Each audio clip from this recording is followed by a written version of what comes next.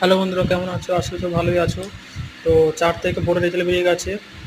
তো কোন দিকে বসবে এটা নিয়ে আমাদের কোনো ঝামেলা নেই। কিন্তু চলো আমাদের নতুন শর্টস তৈরি করি ভিডিওটা।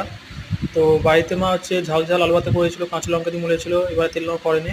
তো এটা ছিল উচ্ছে ভাতে, মানে উচ্ছে ভাজা যেমন খেতে ভালো তেমন লাগে, কিন্তু উচ্ছে ভাতেটাও খেতে ভালো লাগে। তো পুরোটা শেষ করে দিলাম ভাতের সাথে, দেখতে পেয়েছো। এগুলো খেয়ে নিলাম। একটু ভাজা করেছি। তো তোমরা যেমন বললাম আমি ভাজা খেতে অত ভালোবাসি না, তো ভাজাটা একটুখানি নিয়েছিলাম।